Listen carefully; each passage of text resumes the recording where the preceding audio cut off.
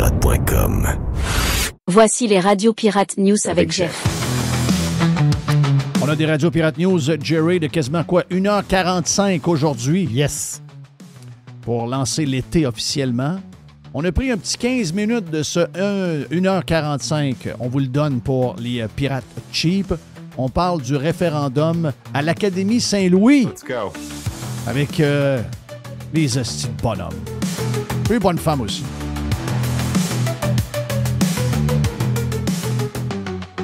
Moi, hier, là, je les ai traités de vieux calices, les vieux boomers qui veulent que les jeunes, à l'école, là-bas, pas loin des galeries de la capitale, là, je les ai traités de vieux Chris. Je l'ai fait sur X. Bon, j'aurais pu prendre des beaux mots. J'aurais pu faire un grand texte, expliquer, puis oui, puis là, j'ai-tu fait la bonne syntaxe, puis j'ai-tu correct avec ça, là? Non. Les salauds méritent de se faire traiter comme ils sont. Des voyous, ça? Des voyous, là, tu mets pas des gants blancs. À des rats, tu traites pas des rats avec du filet mignon pour les attirer chez vous.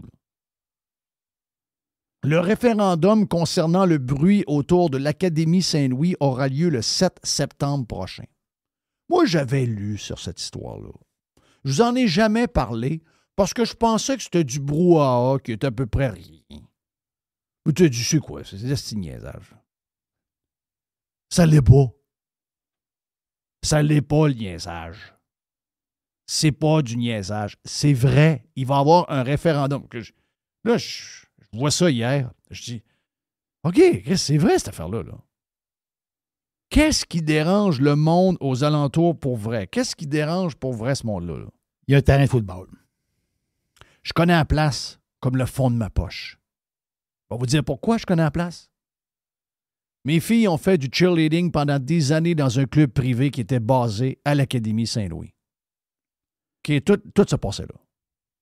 Les spectacles avant les compétitions, les patentes, les ci, les ça. J'étais là, parce que mes filles étaient dans des équipes différentes. J'étais là une fois par jour, pendant des années de temps. Je connais la place très, très bien.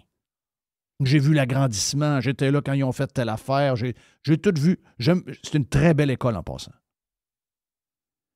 Je connais la place. Écoute, à un moment donné, quand ma mère vendait sa maison, j'ai même regardé s'il n'y avait pas un condo dans ce coin-là qui était disponible. Je trouvais que la place était quand même assez centrale, proche des galeries de la capitale, proche de l'autoroute de la capitale, proche du Vallon. Donc, bien centré. Why not? Je connais la place. Bon, il dérangeait. Juste d'aller à l'école avec nos enfants qui font du sport. Et en même temps, les enfants qui étaient là à l'école, qui eux partaient, juste qu'on passe dans la rue, ça les énervait. Si on avait à se stationner parce qu'il y avait un spectacle de démonstration, m'a dire de quoi? Parquez-vous pas là! Les astis déplaisants. Je connais exactement la crowd qu'il y a dans un genre de condo. Vous savez, des condos, là, style château un peu, là, mais c'est pas des kingpins qui restent là-dedans. Là. C'est des hosties de boomers en pyjama. Là. Des gens qui veulent pas de bruit, des gens qui veulent pas entendre ce qu'eux autres ont été quand ils étaient jeunes. Il y en a une quarantaine de bâtisses. Là. Genre de bâtisses à 4 ou 6 condos. Là. Je connais la place bien comme il faut. Là. Bien comme il faut. C'est pas le quartier résidentiel, l'autre bord du bois qui se plaint. Non, c'est pas celui en haut. Il y a comme une butte en haut. Voilà. Là. C'est ceux d'en bas. Là. C'est ceux d'en bas, je sais. On le voit sur la carte très, très bien. Là. Et là, c'est quoi qui les dérange? Ah, c'est pas la game de football en tant que telle, c'est l'hostie d'annonceur maison avec le DJ, avec les patentes à l'américaine. Alors, ça, regarde les histoires, ça, je l'ai entendu. Les patentes à l'américaine. Et Chris, vous êtes jamais allé d'un aréna? Oui, c'est un stade de football. Vous êtes jamais allé à un autre match vous êtes jamais allé voir les Alouettes? Vous êtes jamais allé voir le Rouge et Or? Ah, j'aime ça, les Rouge et Or. Oui, moi, je vois au Rouge et Or. Ah, j'aime ça, il est bon, hein, l'animateur qui crie. Hein? Ouais. Et ils mettent... Il n'est pas chez nous. Hein, ils mettent la musique forte, là, ils mettent... Hey, c'est le fun. Oui. Puis... la bière est bonne. Pour la rive de bonheur, puis il y a du, tu sais, il y a de l'ambiance. Il y a de l'ambiance, là. Ah, il y a de l'ambiance, c'est le fun. Ouais, mais ils font la même chose au genre de... À l'Académie, pour l'Arsenal, à l'Académie Saint-Louis. Exact. Non. Non, là, je reste à côté de là, je veux rien entendre. Moi, je veux la paix. Là, je suis pas capable d'entendre LCN. L'Arsenal, il enterre l'LCN. Quand j'écoute ma TV, j'écoute LCN, j'écoute Paul Larocque, il se fait tout... on ne l'entend plus. J'ai oublié de fermer ma porte patio pour écouter LCN. Ah non, Christ de gang. C'est quoi tous ces enfants-là aussi? C'est quoi tous ces enfants-là? Qu'est-ce qu'ils font là, eux autres? Qu'est-ce qu'ils font là, eux autres? Ouais. Ils n'ont pas de parents, eux autres. Qu'est-ce qu'ils font là? Un style malade. Un style malade dans C'est des malades. J'avais un malade dans... C'est des psychos pour vrai, là. Non, c'est des vrais psychos. Où est-ce que je restais avant? Il y avait au coin de la rue. Paul, c'était un style malade. Paul, c'était un malade. C'est un gars... Quand il était pas malade, il était bien correct. Mais il était fou. Ah, c'est des psychos. Il était fou. Les enfants de Denis Serré, mon chum Denis, qui a eu les super clubs Vidéotron à travers la région de Québec. Denis avait 3 gars. Il y avait 2 gars qui étaient très hockey dehors. Ah, boy. OK. Les gars faisaient comme nous, on avait comme jeunesse.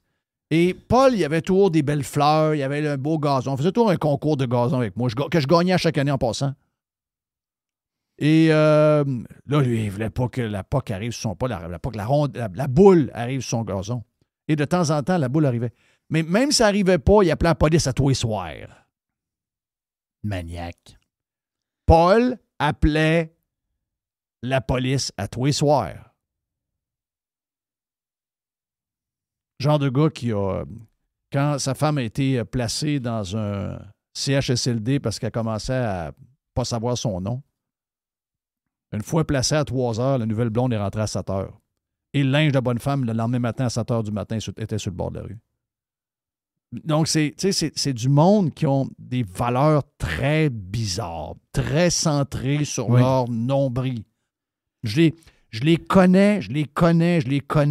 Ils étaient de même quand ils étaient jeunes. On avait 15 ans, il y avait 25, puis Chris, il était déjà de même. Ben oui. Il y avait 30, puis on avait 15 ans, puis il était déjà de même. Ils sont de même depuis tout le temps. Je ne sais pas pourquoi. Des hosties d'haïssables.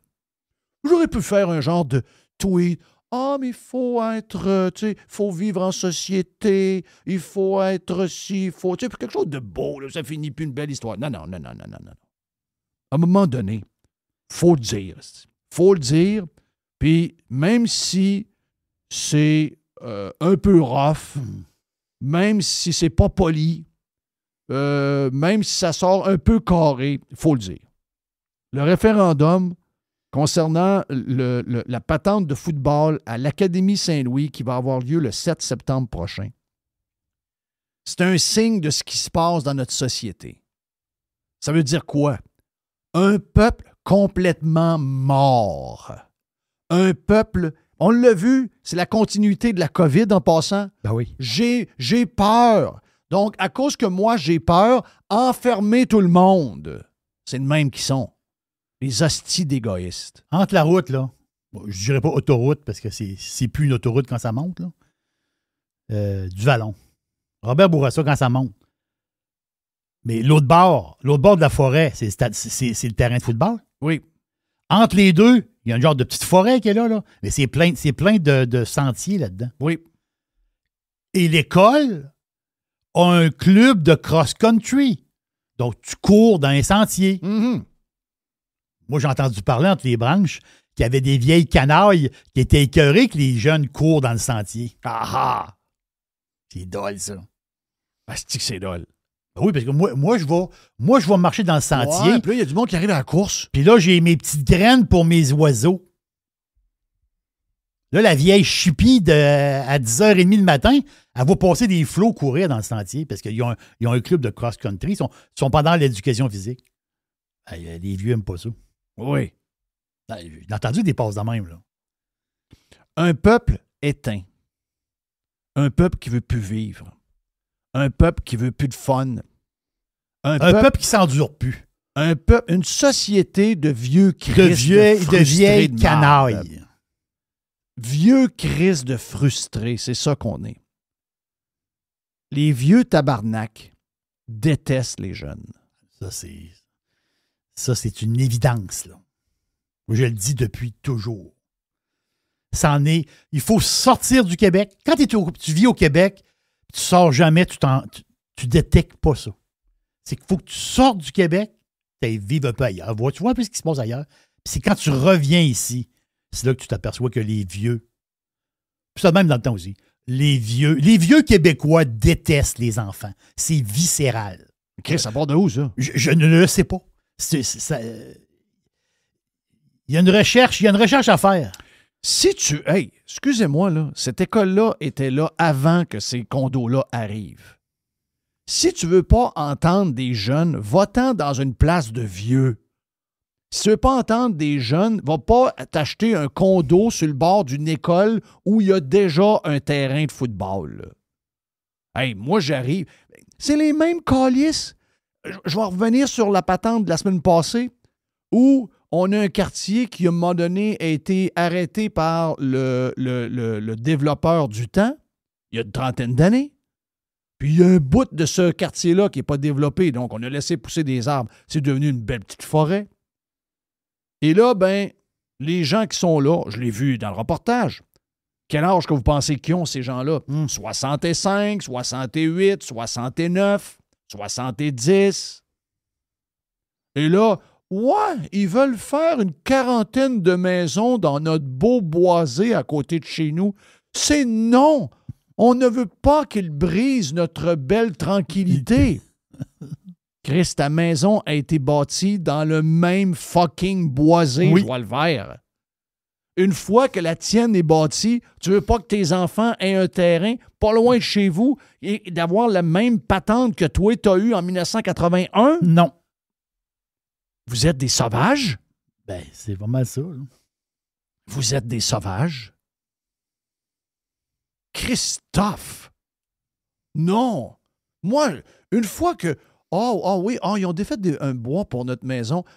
Il y a des petites couleuvres qui se sont tassées. Il y avait des petits lapins dans ce coin-là sauvages. Il y avait des petites affaires, des marmottes, des patentes. Ils se sont toutes tassées. Mais là, ils sont rendus dans le bois plus loin. Que c'est cute. Donc, on a tout fucké, tout le bois pour vous autres. Et une fois que votre maison est bâtie là, dans le même bois, il n'y a plus question qu'on développe pour les autres d'après. Là. Non. Une fois, mais c'est pas correct ça de développer dans le bois. Mais crée ta maison dans le même bois. Mais moi, c'est pas pareil. Ils sont insupportables. Ils sont insupportables. Je pensais que c'était une joke, l'histoire de l'Académie Saint-Louis. Je pensais jamais que ça s'en allait dans une histoire de référendum pour vrai. C'est vrai, là. Chris! Puis, il n'y a personne qui se lève tant que ça, là. Il n'y a personne qui... Tu sais, il n'y a pas... Tu sais, mettons, t'es le maire de la ville. Tu dis, voyons, Chris, on va arrêter ça là. On va arrêter ça là. Wow. On fera pas un référendum pour savoir si des jeunes peuvent ou non jouer au football sur leur terrain à eux, là. Voyons, qu'est-ce que c'est ça, cette affaire-là? Hey, ils sont plus capables même de s'endurer entre eux autres quand ils vivent dans une maison puis qu'ils sont sur le bord d'un parc municipal et que la ville a décidé de faire des terrains de pickleball. Là, c'est qui joue au pickleball? Oui, de temps en temps, il y a des jeunes. Mais la majorité du temps, le matin à 9 h, qui jouent du pickleball, c'est des boomers comme eux autres. Et là, le parc. On n'est plus capable. Ils s'endurent plus ensemble. Oui, mais Chris, tu vis à côté d'un parc. Mets ta fucking maison en vente puis décrisse. Le monde ne peut pas faire comme toi puis passer la journée à écouter LCN ou RDI en pyjama. S'il y a du monde qui vive encore, ça existe. Mais la face, c'est que mets ta maison en vente puis décrisse. Mais si tu fais un sondage dans la campagne, ils ne veulent pas te voir. Il n'y a pas un campagnard qui veut voir un esti de boomer de la ville arriver. Non. Donc, un esti de macaque qui arrive de la ville, puis qu'eux autres, ça sent pas bon. Oui. Ça, c'est comme le Don't California, My Texas. Les Californiens qui arrivent à Austin, qui fuient la Californie pour toute leur crise de folie, puis qui arrivent au Texas, puis qui veulent recréer la Californie au Texas. Ben, quelqu'un qui part de la ville avec toutes ces hosties maladies dans sa tête. Oui. il va arriver en campagne, c'est quoi que tu penses qu'il va faire? Il sort ses estis de maladie. Ouais, là, l'étendage de fumier au mois de juin, je commence à trouver que ça commence à être un Christi de problème. Puis la machinerie de matin de bonne heure, ça fait du bruit. Ouais, les gros tracteurs, 5h30 le matin, là, wow! Moi, je me lève à 7h. Parce que je me couche tard le soir. J'écoute RDI, j'écoute Téléjournal, puis j'écoute toutes ces affaires-là. Puis là, je me couche vers minuit et demi, je me lève à 7h. Je suis tanné d'entendre les fermiers avec le maudit gros tracteur. Mais c'est le même pareil. C'est une gang de déplaisants. Voici les radios Pirate News avec Jeff. Ben, c'était les radios Pirate News. On en a plus avec la version Prime. On a 1h45 de Radio Pirate News. Beaucoup de sujets qu'on a jasés. On va faire beaucoup de rattrapage au cours de l'été si vous devenez membre cet été. Beaucoup de rattrapage à faire. On a fait des tonnes et des tonnes de podcasts depuis le début de la saison. Let's go. Thanks, man. À venir d'autres podcasts pour vous autres sur la version cheap de Radio Pirate. Stand by. Radiopirate.com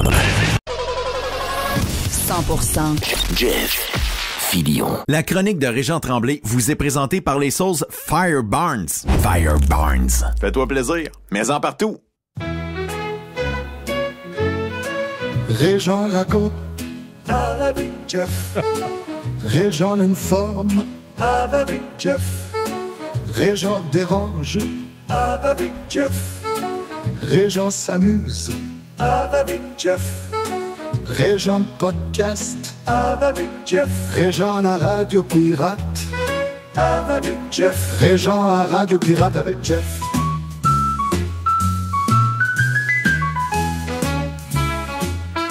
Hey, on ne s'est pas parlé depuis un bout, me semble. Même depuis la victoire de la Coupe Stanley, Reg, des Panthers. On n'a même pas eu de discussion depuis ce temps-là parce qu'on s'était jasé la veille, je pense. Oui, mais j'ai mis un mot sur... T'as mis une photo des Panthers?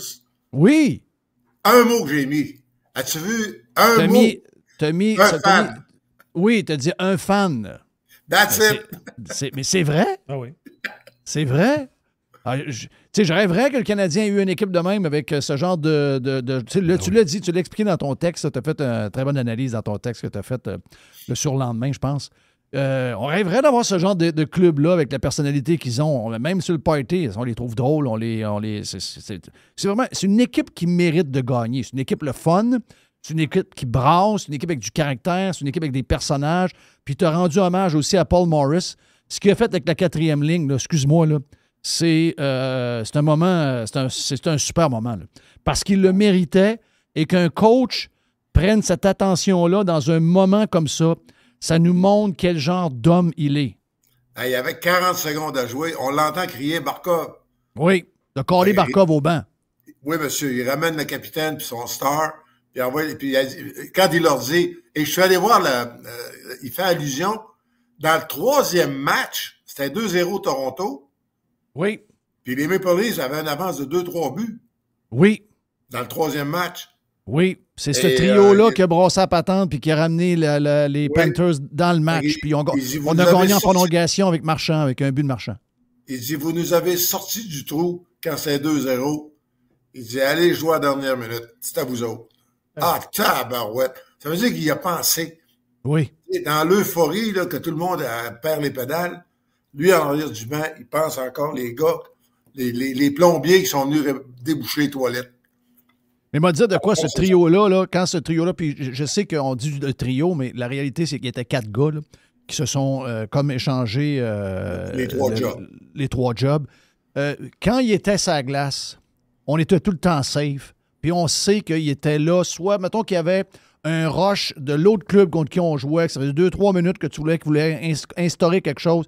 Quand tu mettais ce trio-là, il changeait un peu l'allure, il brassait, il avait le chance de marquer. Moi, ça a été un de mes trios préférés des Panthers tout le long des séries. Puis l'année passée aussi, le 4e trio avait été excellent. Ça te prend un bon 4e trio si tu veux te rendre au bout de la patente. Il y a juste un point dont je n'ai pas... on n'a jamais toutes les réponses dans la vie, mais mettons les Panthers, eux autres, c'est you work hard, you play hard. Oui. T'entends-tu? Puis tu fêtes le fun. You party hard. Mais... je ne sais pas pourquoi. Ben, on a parlé, je pense, notre ami, mon ami, Dave Lévesque, qui, lui, a cherché le monde, les fans des Panthers en Floride, quand il était là pendant 10 jours. Il n'a pas trouvé un bar avec une TV aux Panthers, alors que toi, à Port-Sainte-Lucie, va donc là au mois de mai, comme c'est. Il n'y a pas un maudit bar, il n'y a pas 10 TV aux Panthers, puis que le monde ne sont pas arrêtés sur le trottoir ou assis au bar pour regarder ça. Mm. Mais en tout cas, il n'a rien trouvé. Le soir du match, il a dit que il a écrit un prétexte, un texte avant le match qu'ils ont mis en ligne, mais qu'il n'était pas dans le journal papier finalement parce que c'était trop déphasé, dans lequel il disait que, en tout cas, il n'y avait pas d'atmosphère, pas d'ambiance, puis que les Panthers ne pourraient pas se fier là-dessus, sur le public-là pour les soulever. Ben voyons, ça vient de où, ça? Mais les gars de CBC disaient qu'ils n'avaient jamais entendu pendant cette série-là une crowd aussi bruyante que celle des Panthers dans aucun aréna avant. Les gars de CBC, là, c'est...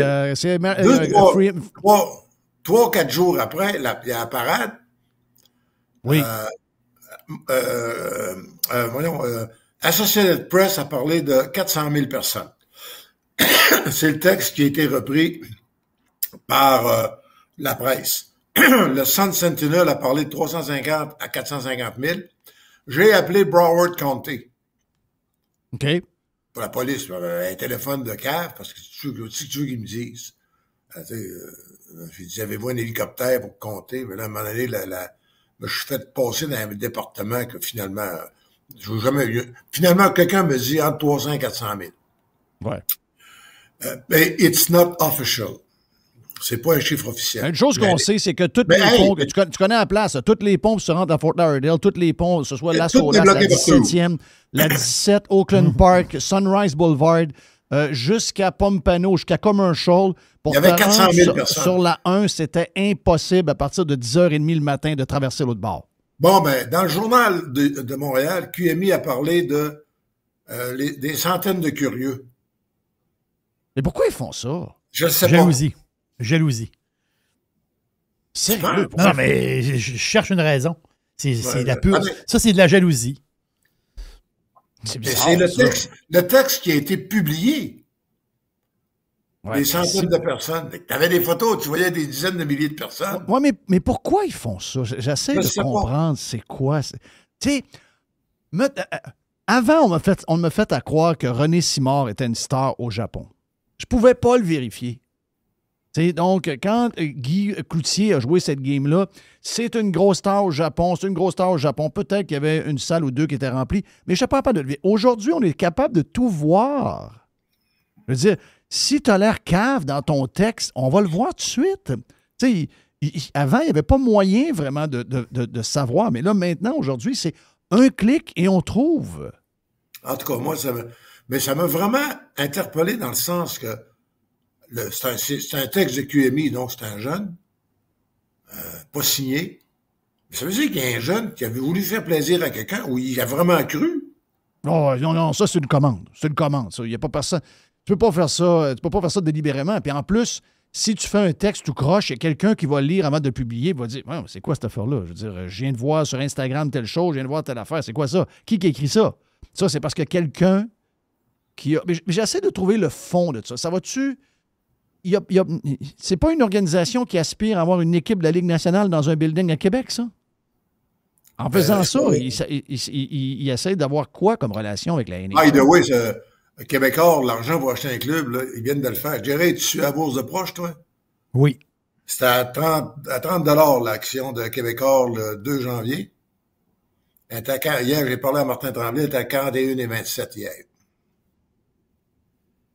Donc, toi, tu parles de l'action de Québécois même. Québécois. TVA, ça traîne le sol. Non, c'est ça.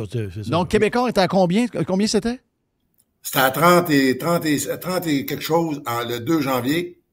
Oui. Et hier, c'était Martin m'a dit 41,27 hier. Ça a monté à 41,52.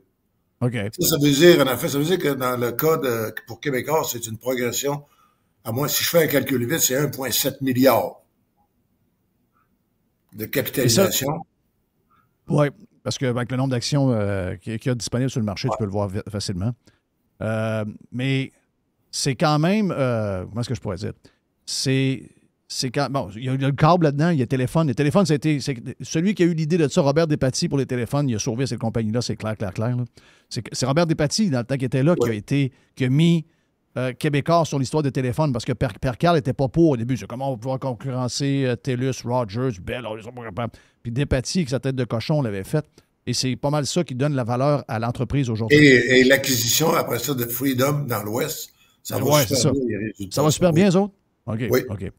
Mais pour le reste, parce que dans Québécois, tu sais, dans le groupe TVA, il y a les postes de TV, tout ça, mais il n'y a pas les journaux. Les journaux sont dans Québécois. Oui. Et les mais journaux... les magazines sont dans le groupe TVA. Puis les studios Mills sont dans le groupe TVA. Ça c'est incompréhensible. Les studios, ils les ont payés 115 millions. Et TVA, tout compris, vaut à peu près 60, là. Il n'y a plus rien dans ces... Il semblerait qu'ils produisent à peu près plus rien. Sauf des choses in-house pour eux autres. Non, mais ils sont brillants, là. Demande-toi pas pourquoi que les gens, l'action de Québécois remonte. Parce que les investisseurs, il y a des qualités, Pierre Carl, tu sais. Oui, des maudites qualités. Il y a des gros défauts, mais il y a des grosses qualités. Sans que ça paraisse, il a acheté 6 compagnies de production, là. Il a acheté 30%, le 29%, ce qui est légal. Il a acheté 29% de 6 compagnies, dont Fairplay, avec lequel on a fait la rivalité canadienne-nordique. C'est eux autres qui font les enfants de la télé. Ils ont acheté 29% de Etios, Fabienne Larouche puis Michel Trudeau. Donc, ce qu'il a fait, c'est qu'il a mis toutes ses capacités de production à TVA dehors, avec toute l'histoire de Et il a acheté avec des compagnies indépendantes, avec des conseils Pixcom, il y a d'administration. 29% de Pixcom.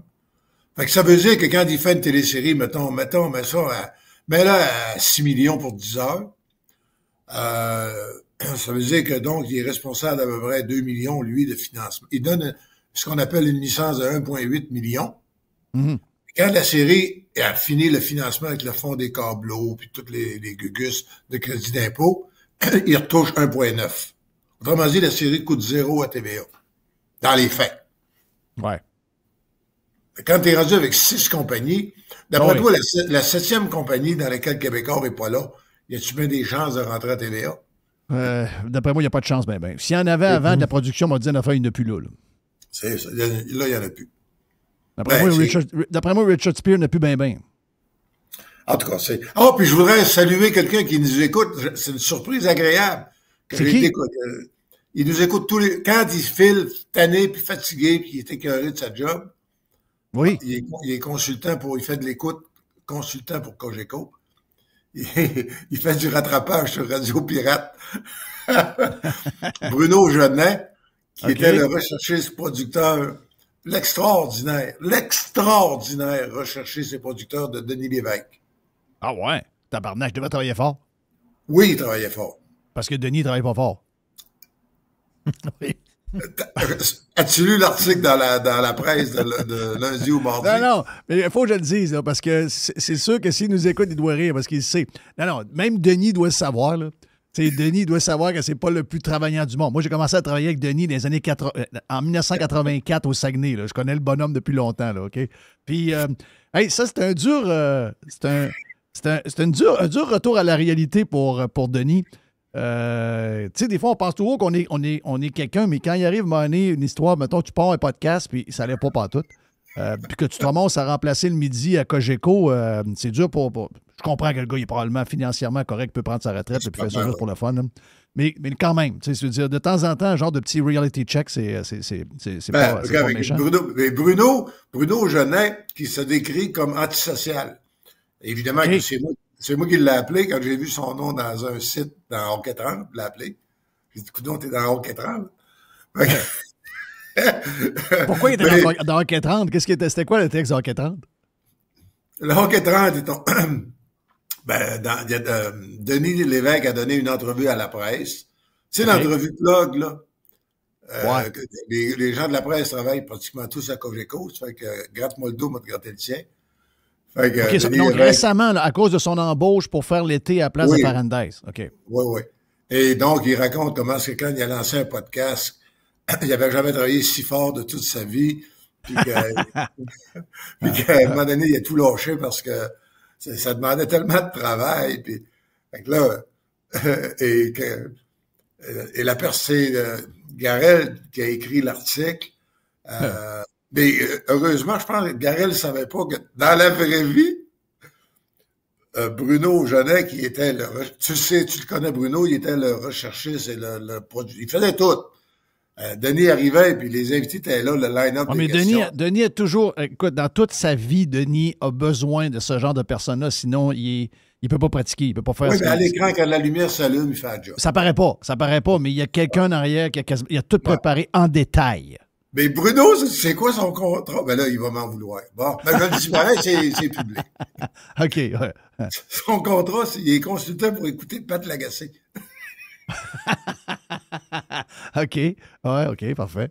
Il envoie des notes, il envoie des notes, il envoie des notes, il envoie des notes. Et Il doit envoyer beaucoup de notes. Bruno, il dit, à un moment donné, je suis tombé sur Punching Race. Puis là, il dit, Calvin, c'est bien bon, ça. Fait que là, il a envoyé une note. Puis là, il dit, honnêtement, Régent, il dit, Punching Race, tu sors la balle du ballpark au moins 3 jours sur 5 dans la semaine. Oui. Alors, Mais ça, Bruno, mais il a raison, Bruno, là-dessus. Il est antisocial, c'est vrai. Il vit, lui, dans la simplicité, mais vraiment volontaire. Lui, il n'y a pas de contrat demain, il s'en fout total. J'en connais beaucoup qui vivent dans la simplicité vacances. involontaire, là, mais volontaire, c'est toujours spécial. Ouais. Mais lui, c'est spécial. C'est volontaire. Lui, okay. il veut pas en tout. Il n'y a pas de scène de dette. Puis, il vit avec ce qu'il a besoin pour vivre. Achalez-moi pas le reste. Il n'y a pas de contrat avant, je pense, janvier, qu'il y a un contrat qui s'en vient, là, avec 2 hommes en or qui va reprendre. Mais that's it. Et puis, je sais pas s'il va revenir à Cogeco. Peut-être, juste d'en parler, peut-être qu'il ne reviendra pas. Excuse-nous de Bruno. Excuse-nous d'avoir brisé ta chance. Mais ses vacances, il retourne dans le village où il est venu au monde, à Saint-Méthode, au lac, pas loin de la pointe, sur le bout du lac. Merci, bonsoir. Hey, écoute, Serge Fiori qui est mort à Saint-Henri-de-Taillon. Chez eux. Saint-Henri-de-Taillon, là. Ben oui, Serge Fiori est mort à Saint-Henri-de-Taillon, chez eux. Sur le bord du lac. Je savais pas où il était mort. Oui, il est mort chez eux à Saint-Henri-de-Taillon. Ben, tabarouette. D'abord, oui. C'est un Belvin qui nous avait échappé, ça? Non, c'est un Italien de la petite patrie, là. Ouais. Donc, c'est un Italien c'est un Italien anglophone, francophone, à peu près toutes les lui, il parlait 3 langues. Un peu comme Tony Marinero, là. C'est ça. Mais encore plus fluent dans les 3 langues que Tony. Ouais. Tony, c'est une star, hein? Tony, à un moment donné, je vois un rassemblement de monde qui parle à un gars au Grand Prix. Ici, c'était Tony. Je dis, non, il me semble que Tony, je l'ai vu, il était quelque part à, je ne sais pas trop où, aux Tony, États. Comme il dit, il parle mal les 3 langues. Parle mal italien, mal anglais, mal français. Il arrive quoi avec ça, là? Il est-tu renouvelé, lui? Il a-tu son contrat? Il arrive quoi? Le mystérieux Sylvain Leplan est en train de tout faire les analyses. Si, bois, c'est donc ben non. Moi, je sécuriserais 1 ou 2 gars. Non, mais c'est parce que je pense que t'as déjà une première sécurisation qui s'est faite. Le CF Montréal a annoncé l'embauche de Alex Panton. Lui, il y a un poste qui est ouvert. Il a dit, il y a un nouveau boss qui s'en vient. Je vais probablement perdre ma job. Je saute sa job qui est ouverte là. Reprends ta phrase. OK. Enlève probablement. Sûrement. T'es très drôle. C'est sûr qu'il va perdre sa job. Donc, il a pris une job ailleurs. et entre Joey Saputo puis Sylvain Leplan, m'a prendre Joey. Oui, il y a plus de chances de garder ta job avec Joey. Donc, ça veut dire que nous, on n'a plus de boss. Là, donc, ça doit être dur un peu au 91-9 là, en ce moment. Ça doit être, une drôle de période. Sérieusement, oui, c'est très dur. Oui. Parce que la plupart des contrats ont pris fin le 31 mai. Ce qui est dans une station de sport, ça n'a pas de bon sens. Ben non. Il faut que tu te rendes jusqu'à la draft, tu sais, de demain soir. Oui. Obligatoire. Mais en fait, il faudrait aller jusqu'au le 3 juillet, parce que tu es les agents libres après. Ouais. Après ça, tu peux fermer les livres parce qu'il n'y a plus de baseball à Montréal. Mais donc, j'ai parlé c'est dur. C'est encore plus dur pour les 24, 30 ans, là, qui ont un bac en journalisme, puis qui étaient les recherchistes, puis metteurs en ondes, puis qui travaillaient beaucoup sur le web. Là, eux autres, là. Et les autres sont au courant que Sylvain, le futur propriétaire, c'est un gars qui toutes ses stations de radio fonctionnent au minimum. Font tout de l'argent. Dépenses calculées. Regarde, chaque dollar dépensé, on le regarde comme un cube Rubik de tous les côtés. donc, gestion qu'on devrait faire partout, là, en passant. Mais ils sont au courant que ça se peut qu'il y ait pas mal moins de monde dans la place. Donc, c'est sûr que là, ça se peut que là-dedans, il y en ait qui ne soit pas renouvelé du tout, incluant certaines, entre guillemets, vedettes. Oh oui, il y a des grosses vedettes de RDS. Peut-être qu'ils ne seront pas de retour. Ouais. Hey, change de cap. Je reviens sur les... Donc, on dit bonne fête de la Saint-Jean à Bruno. Bon voyage à Saint-Méthode. Et qui n'oublie pas que le fromagerie Perron, même si ça appartient plus à la famille, c'est encore bon. Ben oui, c'est sûr. T'as-tu une belle Saint-Jean? T'as-tu célébré ta Saint-Jean, oui? Oui, pas d'électricité, nous autres. Ah, c'est le fun. À l'entourage, on a manqué d'électricité la tempête du 23 soir. Là. Ouais. L'électricité est partie. Et nous autres, on était corrects. On a un bon maire. Aucun rapport. Il paye ses comptes. Il paye ses comptes. Hey, je reviens sur... je fais un petit détour. Panthers, Canadiens, toute la patente. OK? Je vais essayer de trouver un petit... Parce que ce qu'on a vu, là, ce qu'on voit, pas juste pendant les playoffs, on l'a vu aussi pendant les 4-5 jours qui étaient sa brosse. On l'a vu par les vidéos. Il y a des affaires à décortiquer de ça. Là. Il y a des petites choses. Puis, on a vu aussi que les Oilers ont découvert qu'ils ont beaucoup de choses. La rumeur, c'est que finalement, Mick Jesus ne re-signera pas à Edmonton, qui va probablement regarder pour le marché. Il va peut-être se faire échanger pendant la saison si jamais une équipe qui est assez généreuse pour donner quelques choix à Edmonton. By the way, là, s'ils sont intelligents à Edmonton, il va être échangé pendant l'été. Ben, en principe... Avant que les plafonds salariales soient fermés partout ailleurs. Oui, c'est sûr qu'ils vont avoir plus là. Ah. Sinon, ils vont avoir un choix au mois de mars. C'est ça. Ben, non, McDavid, arrête. Ben, tu vas avoir un choix de première ronde. Tu n'auras pas plus. Le gars, il part pour un mois. Y a pas de... À moins que tu dises, j'ai une entente de contrat avec lui pour 5 ans, m'a donné quelque chose, mais si tu n'as pas d'entente, ça ne vaut rien. Là. Ça veut dire, non, mais il faut qu'il soit signé ailleurs. Sinon, il n'y a pas d'échange possible. Ouais. Non, mais tu comprends ce que je veux dire. Toi, tu penses qu'ils vont l'échanger avec l'équipe qui fait une entente avec sur 5 ans, genre, ou 8 ans? Oui. Ben, c'est 7 ans, autres, parce que... C'est arrivé dans le passé, ça. Le gars est échangé au mois de mars, puis tu apprends 24 heures après l'annonce d'un contrat. Ça veut dire que l'agent, que tout avait été frémé avant. Ouais. Oui, ça, c'est clair que c'est une possibilité. Mais là, on a vu que Kane est parti à Vancouver. Kane, c'est un petit paquet de troubles, on va se le dire. Paquet de troubles, c'est ça. Bon joueur de hockey. Oui, bon joueur de hockey. Mais un cave. Un vrai cave. C'est un cave. C'est un vrai... En tout cas, sur une patinoire. Oui. Son ancienne femme est belle, là, je la vois sur Instagram. Elle est très, très, très belle. Ça, c'est un plus. Ça, c'est un plus. Mais elle est folle aussi, là. Donc, ça, c'est un moins. Deux fous ensemble, ça allait pas bien. Non, deux négatifs donnent un positif. Mais j'ai rencontré à Tempête la semaine passée Simon Gagné. Simon est toujours le fun de jaser avec Simon. Mais tu encore sa grosse barbe? Oui. Ça y fait bien, hein? Ça fait très bien. Il a l'air d'un futur DG d'une équipe de la NHL. Moi, je pense que d'après moi, Simon est en train de faire est en train d'apprendre. Puis que Simon, il y a de quoi qui peut aboutir à ça.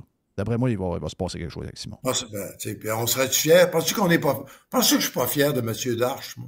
Ben oui, mais ça. Voyons donc. Mais ça. Puis Casso. Brisebois, puis toute la gang. C'est ça, exact. Exact, Casso, effectivement. Mais, tu sais, Comment ils ont fait pour bâtir une équipe de même? Bon, Zito a fait, tu sais, il a pris des chances, il a été chercher des caractères, il a été chercher des personnalités. Après ça, il y a aussi un mélange d'une genre de direction. Donc, un propriétaire qui est très généreux, propriétaire qui s'occupe des familles, s'occupe de ses joueurs. Ils ont bâti le plus beau centre d'entraînement. C'est ce que Simon me disait. Il dit que le centre d'entraînement, 65 millions. Il dit là, ça vient de remonter la barre pour tout le monde. Là. Parce que les joueurs, les femmes, quand ils s'en vont quelque part ou quand ils décident de re-signer, c'est pas pour rien que Bennett ain't leaving. Puis là, Ekblad qui dit ouais, mais moi, ça fait 14 ans que je suis là, j'ai vraiment pas l'intention de vouloir partir, puis je suis prêt à signer pour moins. Donc, il y a un paquet de petites affaires qui peuvent rentrer en ligne de compte. Je comprends que c'est plus facile quand tu gagnes, là. Mais pour gagner maintenant, pour attirer ou pour garder les joueurs avec toi, c'est le cas pour Edmonton en ce moment. Là. Il y a des choses qu'on trouvait extraordinaires il y a 5 ans, puis Montréal a fait bien les choses au niveau du centre d'entraînement, puis tu sais, un paquet d'affaires. Mais je pense qu'il y a plus maintenant. C'est toute une... Mais, Jeff... Tu sais, la fiscalité pour faire beaucoup, attention, là. parce qu'il y a tellement de gars gauche un peu maniaques, là. Mais entre toi et moi, là, non, ça c'est une mauvaise formule. Honnêtement, la vie est plus agréable sous le soleil, dans un État comme la Floride où tu n'as pas de taxe d'État, et que la taxe de vente en Floride est à 6 %. Ouais. Tu sais, le monde dit, ouais, mais 6 % puis 15 % tu réalises-tu que ça fait quasiment, ça fait 9 % de différence. Si tu achètes une guenille, en partant, c'est 10 % plus cher à cause de la TPS TVQ. En partant, là. Bon. Mais tout le reste de la vie est organisé de même aussi. Penses-tu que les gars pourraient être sur le party de même à Montréal?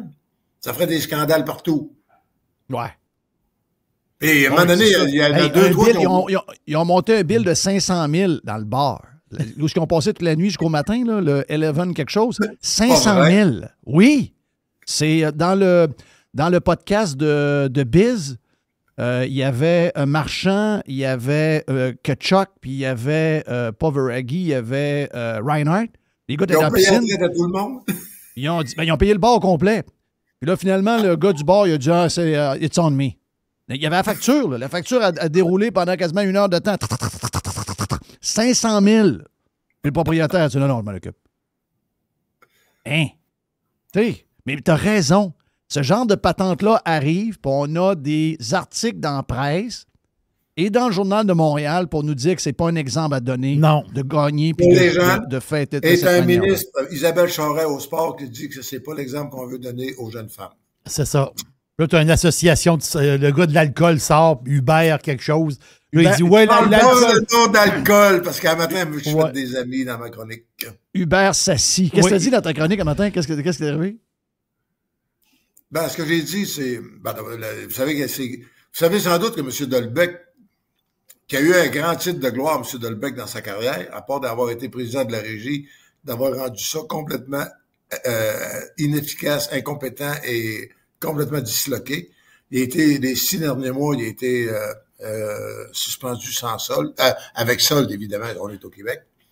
Ah oui. Et, mais son père, Dolbeck, c'est le coach qui s'est fait convier pour rentrer Michel Bergeron avec Trois-Rivières. T'en rappelles-tu?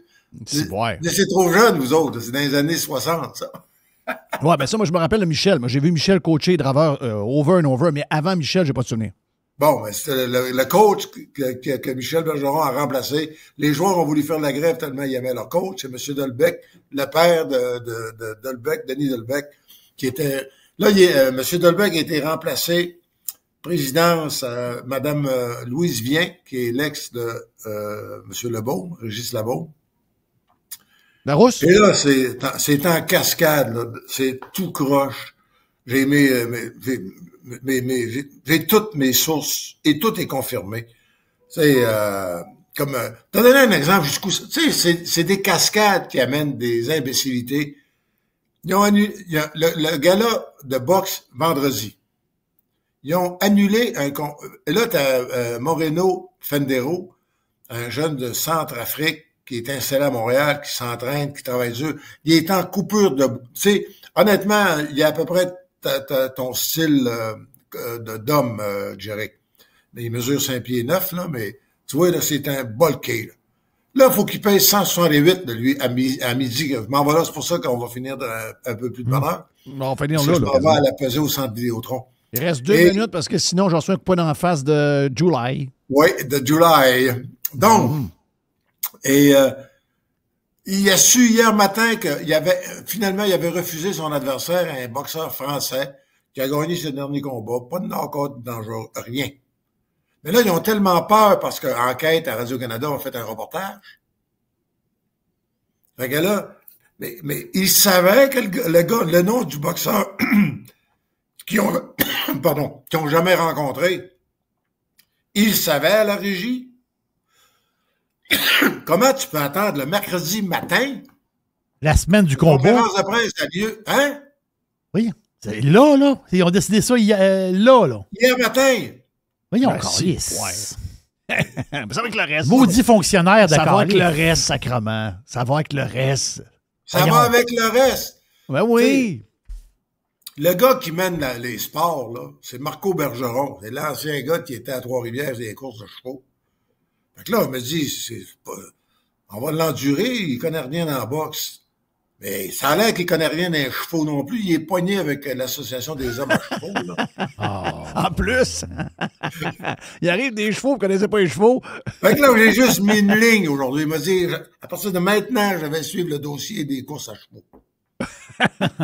Va-t'en. Non, mais je vais déjà avant que Régent parte. Oui. Mbili, là, s'il gagne, Oui. il s'en va. C'est-tu officiel qu'il va aller pogner Alvarez? Non, parce que Canelo, c'est lui qui décide de tout. Canelo, Ok, mais il est du Mexique. La WBC, Oui. c'est le président. Canelo Sullivan. Alvarez, c'est le Mexicain. Ça, c'est le grand champion. C'est le Mexicain roux, là. Mais je veux dire, Oui. lui, il se bat Alvarez dans le stade à Avec qui Vegas. il veut. Avec qui il veut. OK, donc, mais c'est pas un obligatoire, ça, Mbili? Ben, oui, c'est obligatoire, mais Alvarez, il vaut 800 millions. Oh, câlisse. Il y a 100 millions par combat, Alvarez. Voyons, Non, parce qu'Alvarez, lui, parce que ça serait capoté de voir Mbili dans un stadium. On s'entend-tu? Parce que lui, ils vont fouler la Legion Stadium, là, à Vegas. Le stade des Raiders. Ils vont Ben fouler oui, ça, là. En septembre. Canelo, il remplit tout. Mais c'est pour ça que c'est Canelo qui décide. Son dernier combat, là, c'était un Ironman. Le gars a couru pendant 12 rondes. Il n'a pas eu 10 coups de poing. Il fait du Contre jogging. Skull, là. Mais Canelo, le dernier, Canelo, il y a 2 gars, il y a 3 gars qu'il veut pas voir. Puis que les gars sont meilleurs que lui, selon moi. David Benavidez, il était tellement écœuré d'attendre qu'il a monté, il a engraissé de 8 livres pour se battre à 175, pour plus être pogné derrière Canelo. Mbili, ça fait 2 ans Mbili qui est mûr pour Canelo. Ben oui, il est mûr. Et le pire pas de de défaite, toute la Chris, gang, il y a pas le de plus défaite dangereux, là, c'est Osley Iglesias. Le grand Cubain qui s'était Donc, ces 3-là, il ne veut pas le pogner parce qu'il sait qu'il peut perdre. Ah, c'est sûr. Donc, le Fait que poignet. là, lui, il prend des gars. Terence Crawford, c'est un bon boxeur, ça. Puis ils vont mettre 50 000 personnes. Mais Crawford, c'est un gars de 147 livres, 154. Puis là, il y a tu sais, tu grossis de 12 livres. Nous autres, moi, quand je grossis de 12 livres, c'est du muscle. Toi aussi, Jerry. Oui, moi aussi. Va-t'en! Hey, bon été. On se pogne entre ces 4. Puis On va se pogner quand tu seras prêt, là. OK, bon, puis on se rejase au mois. Hey, On embarque merci, sa pesée. On embarque sa Je pesée. dis merci. Je souligne que les gens sont... J'ai beaucoup de commentaires. Je tombe sur le derrière. Des gens qui, via Radio Pirate, qui suivent ce qui se passe un peu. Donc, Toujours ça. on a une belle patente. On a une belle patente, puis on est là encore pour au moins 10 ans. J'ai fait le call cette semaine. On est là pour 10 ans. Salut!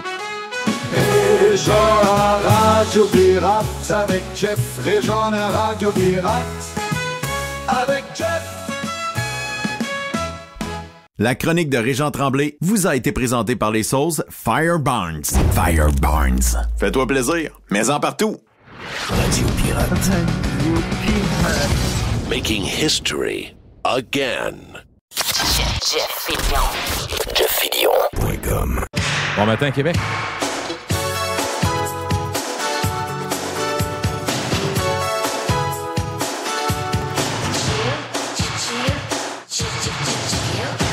Avec Gilles, le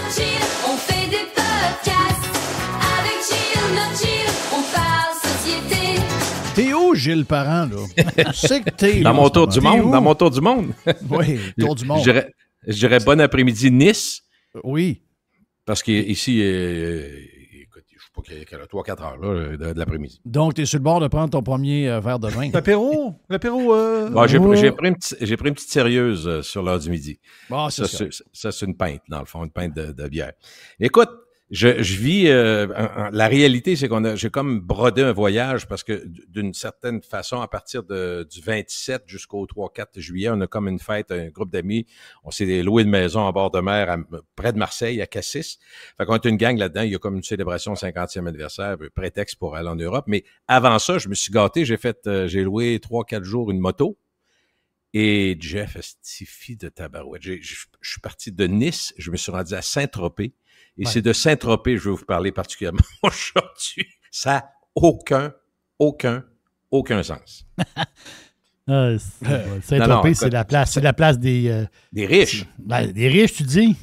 Écoute, faut dire que Saint-Tropez, là, présentement, il y a une guerre. Je commence de même, mais vous allez voir, je vais arriver à décliner ça, là, mais quand j'ai fait mon tour de moto en passant, je suis parti de Nice, puis j'ai décidé de faire le bord de mer. Fait que ceux qui sont allés en Côte d'Azur, le bord de mer, c'est superbe, mais ça prend du temps. Tu t'arrêtes d'un village, les ronds-points, ça finit plus, mais c'est ça que je voulais faire.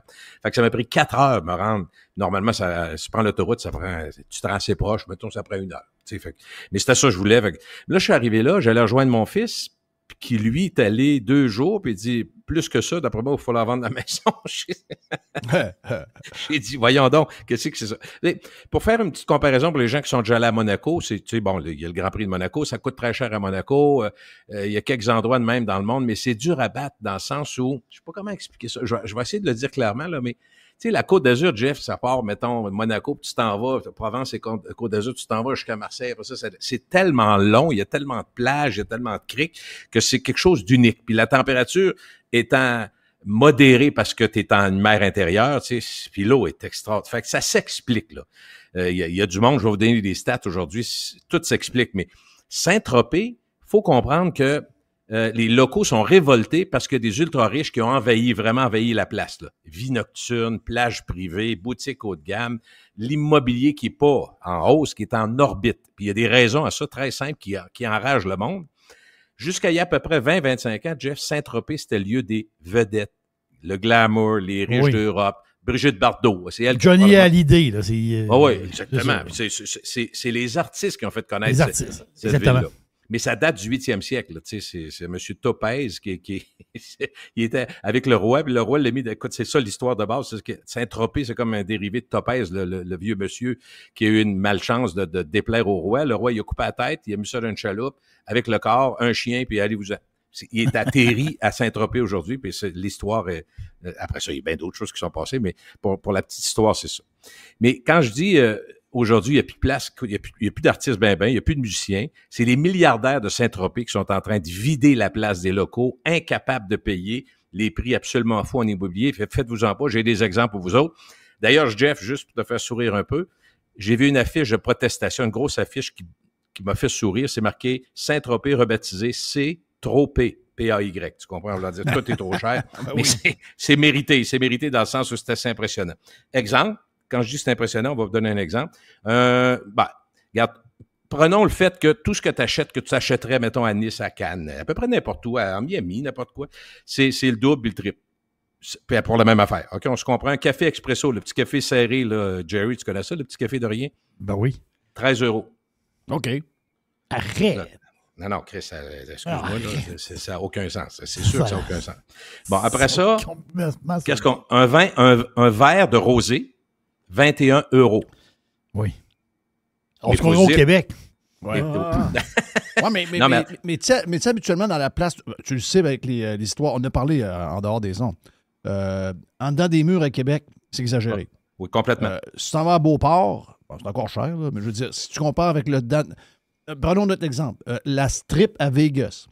Si tu étais sur la strip, tu payes pour... T'es quasiment à Walt Disney. Tu sors de l'autre bord de la 15. Tu peux y aller quasiment à pied. Tu t'en vas sur le boulevard qu'il y a là, tu t'en vas au Walmart, tu t'en vas dans le restaurant. Oui, complètement. Ça coupe de 60% le prix. Donc, les locaux n'ont pas le prix de la place huppée ou touristique. Est-ce que c'est ça, toi, à grandeur? ou c'est juste une place? Non, c'est juste Saint-Tropez, parce qu'attention, il y a le Saint-Tropez, c'est parce que ça s'explique aussi, il faut comprendre que, puis un dernier exemple, juste pour que les gens se fassent une tête, je te disais d'un verre de rosé 21 €, une bouteille de rosé Côte-de-Provence en épicerie, là.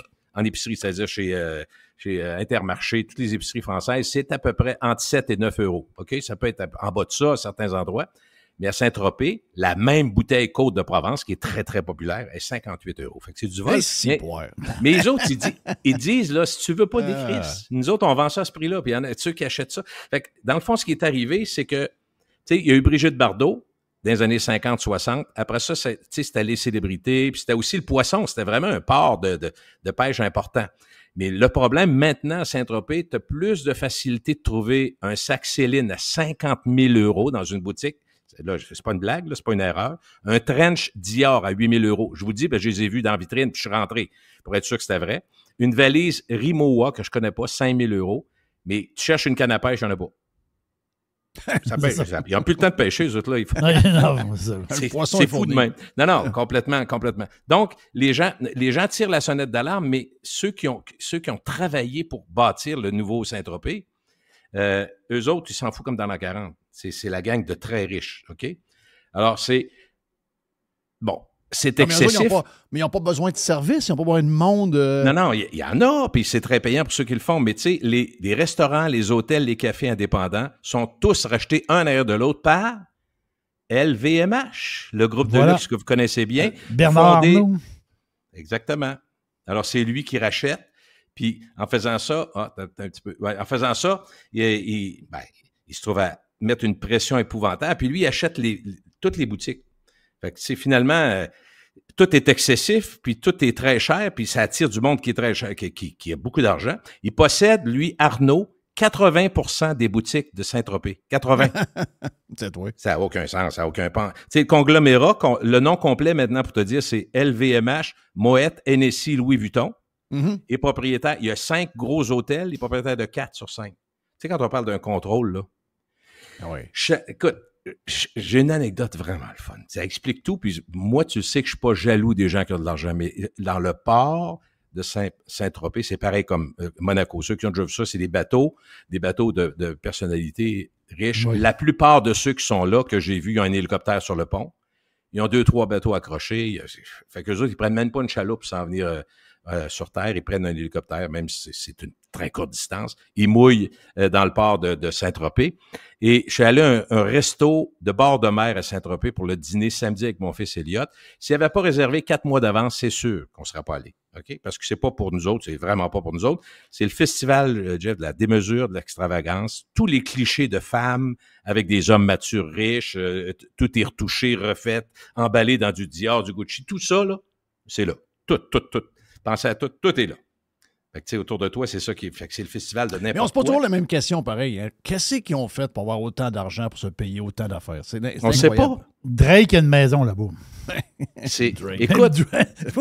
Drake, non, mais il y en a. Écoute, Jeff, j'ai trouvé ça pire que Monaco parce que c'est des dizaines, j'en ai compté des dizaines de bateaux de milliardaires, des bateaux de 3 à 20, 25 milliards, de millions, pardon.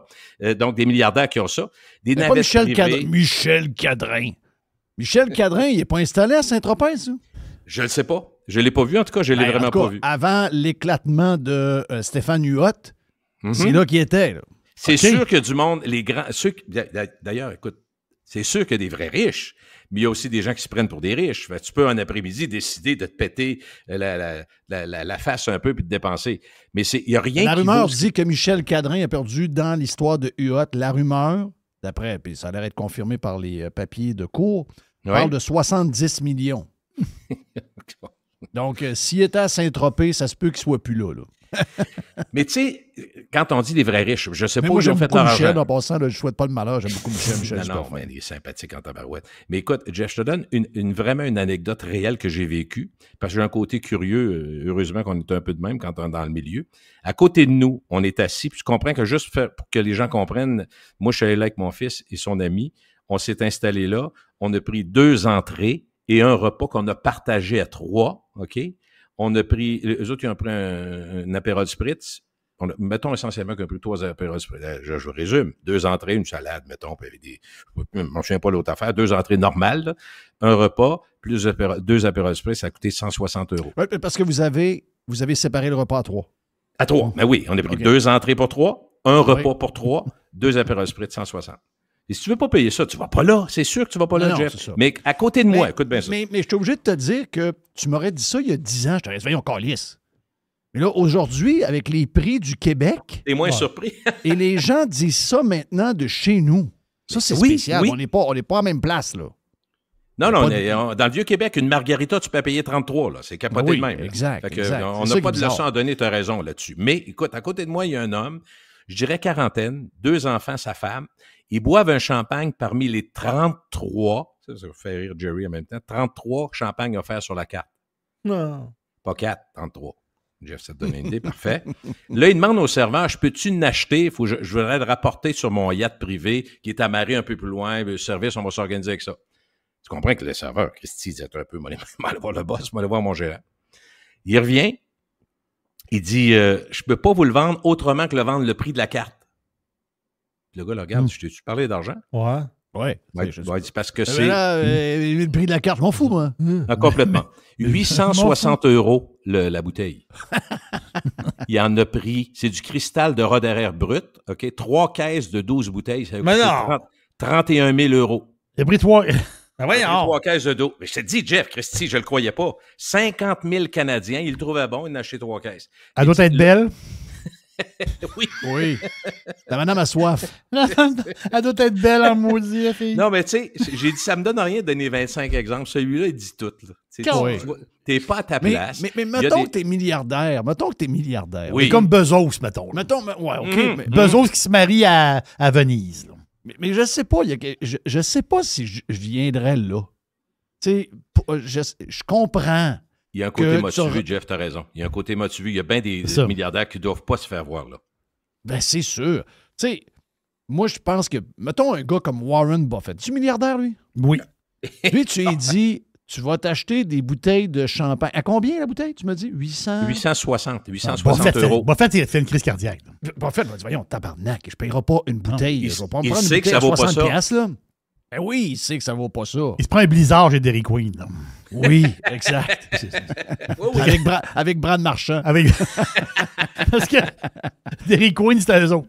C'est ça, exact. Mais tu comprends ce que je veux dire? C'est que je ne sais pas si demain matin, à moins d'avoir été élevé dans le grand luxe à partir d'un jeune âge, puis que tu perds complètement le sens de valeur des affaires, mais j'ai l'impression demain matin, je fais un placement, je mets 10 000 $ dans une compagnie, puis il arrive de quoi, puis finalement, je me ramasse avec 1 milliard dans mon compte de banque.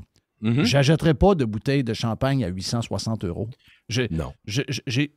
Garde, je peux être en train de dire de quoi, puis finalement, vous allez me voir 3 ans plus tard, bien riche, à dépenser de l'argent, mais ça se peut pas. Là. Je veux dire, on ne sait pas. Mais si je me pose la question right now, en dedans de moi, selon mes valeurs, puis comment je suis comme personne, tu sais, moi, je suis pas mal pris, là. Je pourrais m'appéter plus qu'il y a là dans la vie, puis je m'appète pas. J'ai pas ça en dedans de moi. On dirait qu'il y a peut-être un côté show-off. Mais tu as tellement raison. Mais sauf que je veux juste dire, puis c'est pour ça que j'ai été encore plus étonné, Jeff. Faut que je l'avoue. Ce gars-là, là, il donnait pas de show. Moi, j'étais juste à côté de lui. Il a pas dit « Hey, garçon, puis mettez-moi de la musique. » Non, il a dit ça très, très calmement. Puis quand il a dit ça, j'ai dit « J'ai mal entendu, ça se peut pas. » Mais c'est pas pour impressionner le monde dans le resto. Non, c'est pour le monde dans le boat.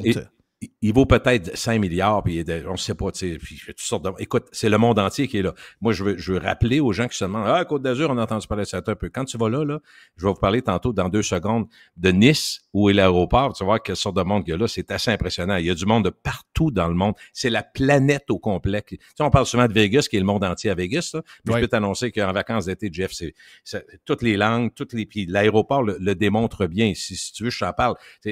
Je vais te parler de Nice, parce que Nice, il faut le voir, c'est la grosse ville de la Côte d'Azur. Même Nice et Cannes, on connaît bien le festival de Cannes, tout ça, mais Nice et Cannes, c'est les 2 grandes villes. Mais la grande ville, c'est Nice. C'est à peu près la seule ville qui, à l'année, a de l'activité. C'est quelqu'un qui voudrait, mettons, dire, moi, je passe l'hiver à quelque part, il va aller plus à Nice parce qu'il y a plus de restaurants ouverts, parce que Cannes est plus... c'est pas que estival, mais il y a beaucoup de choses fermées, mettons, pour se comprendre. Là. C'est beaucoup plus actif dans, c'est plus saisonnier. Oui, plus saisonnier. Un peu comme les Hamptons, tes patentes-là. Tu vas là, des Hamptons, tu vas là en fin novembre. Oui, c'est plus tranquille, mais alors qu'une ville comme Marseille va être annualisée, une ville comme Nice l'est aussi. Ils sont dans le fond, sont très espacés en géographie. Nice, ce qui est drôle, c'est que les gens qui vont là ont la même réflexion à chaque fois. Puis moi, d'ailleurs, je me suis planté dans les cristis de galets, puis je me suis vraiment fait très mal à la cuisse, tu sais, parce que t'as pas de contrôle. Les gens qui ont déjà vu à la plage, c'est tous des petits cailloux ronds, puis qui sont accumulés. Fait que quand tu marches là-dedans, puis si t'es un peu pesant, comme ce qui est mon cas, quand t'es en train de descendre vers la mer, peut t'annoncer une chose, que tu choisis pas beaucoup la destination, tu prends une crise de bac tout le temps. Ça va finir ou ça va finir. C'est ça. Puis moi, je suis mal tombé, fait que je me suis vraiment comme un genre de claquage. Tu sais, quand tu te lèves la nuit, puis faut que tu touches à terre parce que tu as une crampe, là. J'ai eu ça dans la jambe arrière, fait que ça vient scraper un peu une partie de mon plaisir de m'amuser, mais ma moto était faite, je n'étais pas si mal.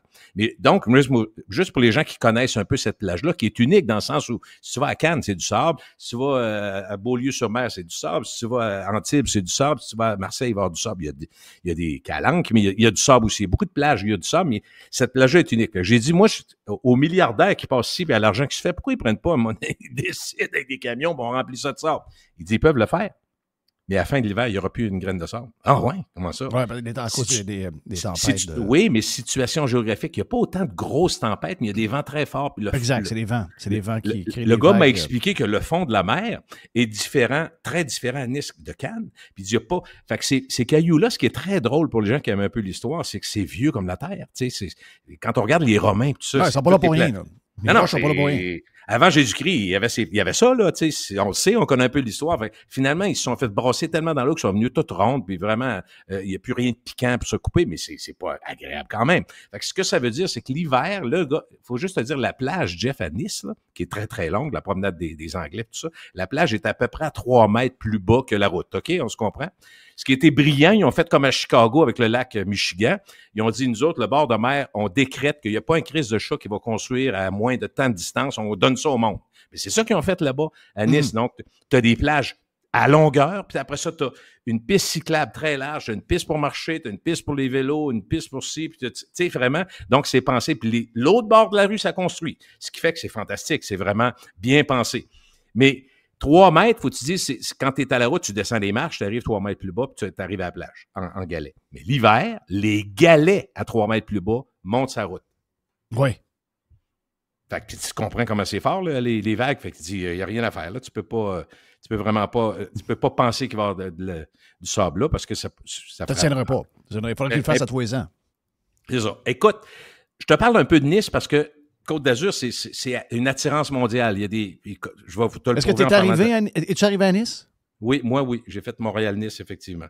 Okay. Mais regarde, c'est une vocation touristique là, incontestable, évidemment. Nice, c'est une terre d'accueil internationale. Il faut comprendre que toutes les infrastructures sont là pour un développement croissant. C'est la 5e ville de France, pas très populeux. Les locaux, là, pour se comprendre, c'est 400 000 personnes. Bien, quand tu arrives l'été, tu comprends qu'il y a pas mal plus de monde que ça. C'est la première ville touristique de France, après Paris, évidemment, parce que Paris, c'est Paris. Après ça, faut se dire qu'il y a l'été, Jeff, je te rappelle, c'est 400 000 personnes. L'été, il y a 5 millions de visiteurs qui passent par... C'est du monde en Christophe, OK? 97% des gens qui passent par Nice aiment leur séjour et 80% reviennent. Donc, quand tu as vu ça une fois, si tu aimes le genre, si tu aimes la température qui est fabuleuse, faut que tu dises qu'il fait 310 jours sur 365 soleil.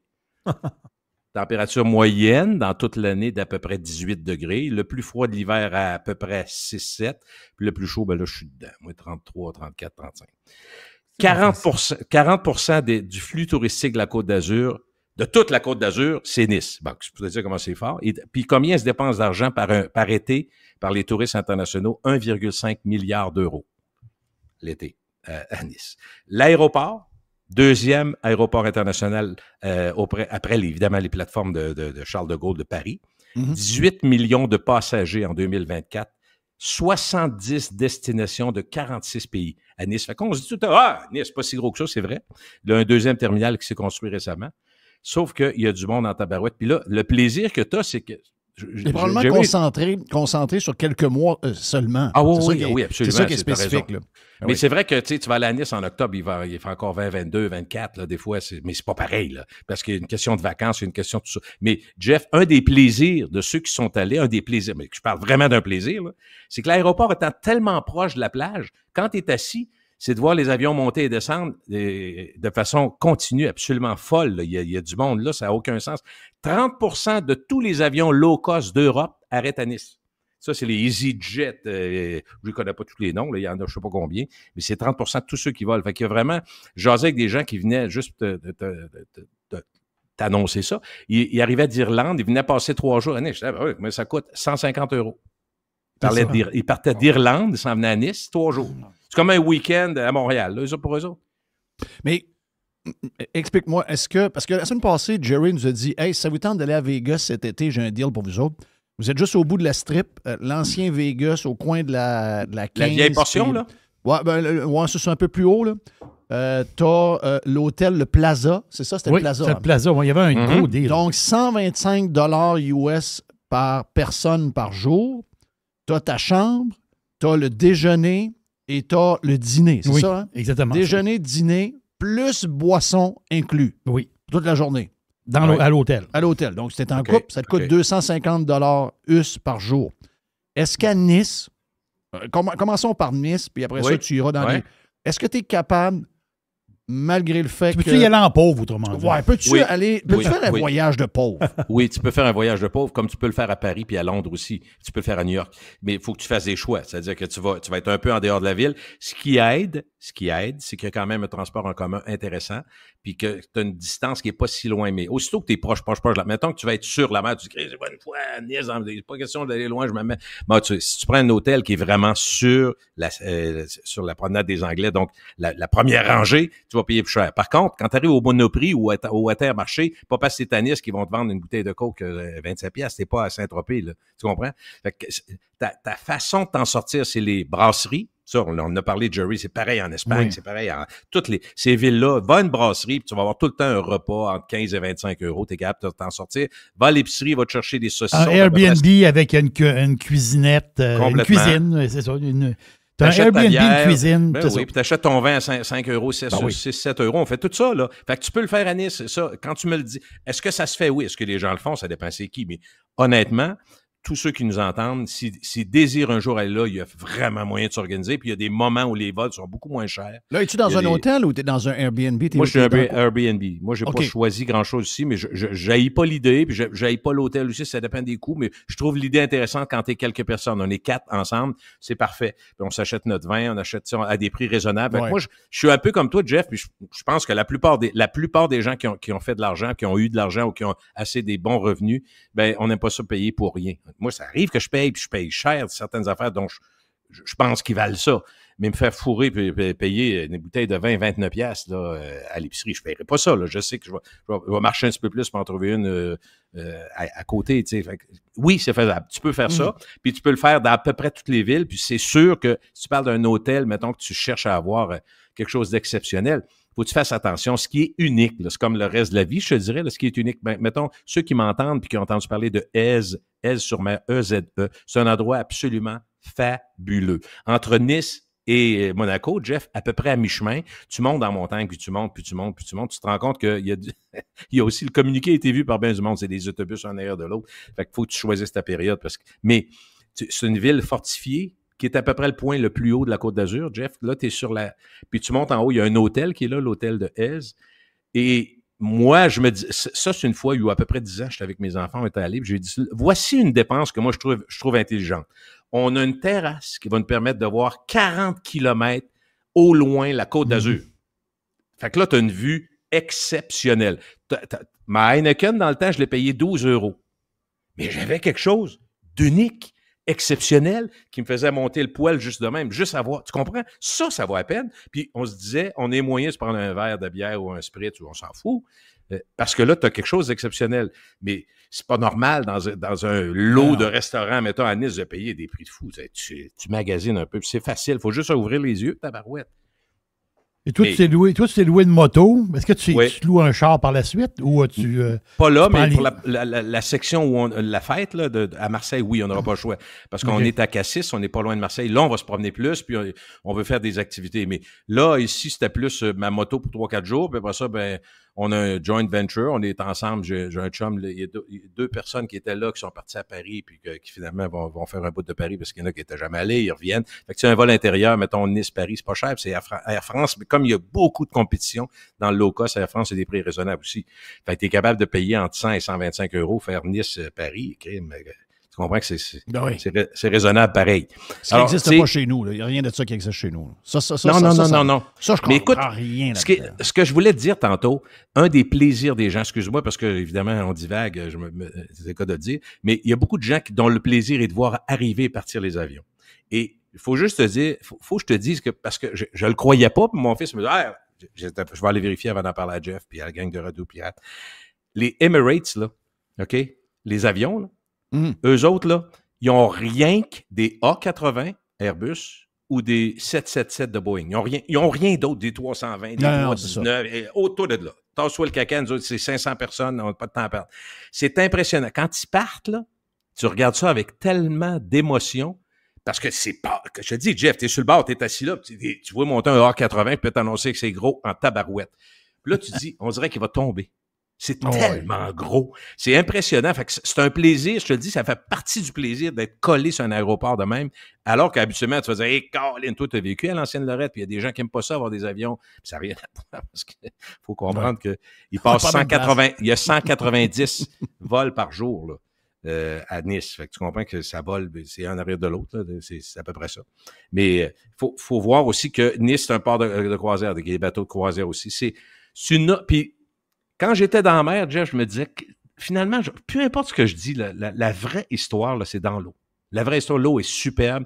Il n'y a aucune algue. Tu sais, c'est une mer intérieure, aucune algue. Il n'y a pas de cochonnerie, à part le fait que c'est des galets. Ça peut être, si tu n'as pas de souliers, des fameux souliers de mer qui coûtent 12 piastres chez Decathlon, en passant, pour les gens qui partent, là, achetez-vous-en parce que moi, je me suis planté pareil, tu vas me dire, là.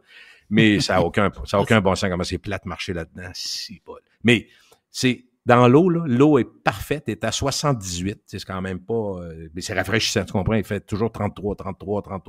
Puis le soir, ben, il fait 29. Fait que, tu sais, les gens qui, évidemment, vont dans le sud, tout ça, ils connaissent ces températures-là. Mais l'autre affaire, puis là, je dirais, les femmes apprécient ça encore plus que les gars, ou les gars qui ont beaucoup de cheveux, puis qui aiment avoir des cheveux qui sont pas trop frisés, mais ici, il n'y a pas d'humidité.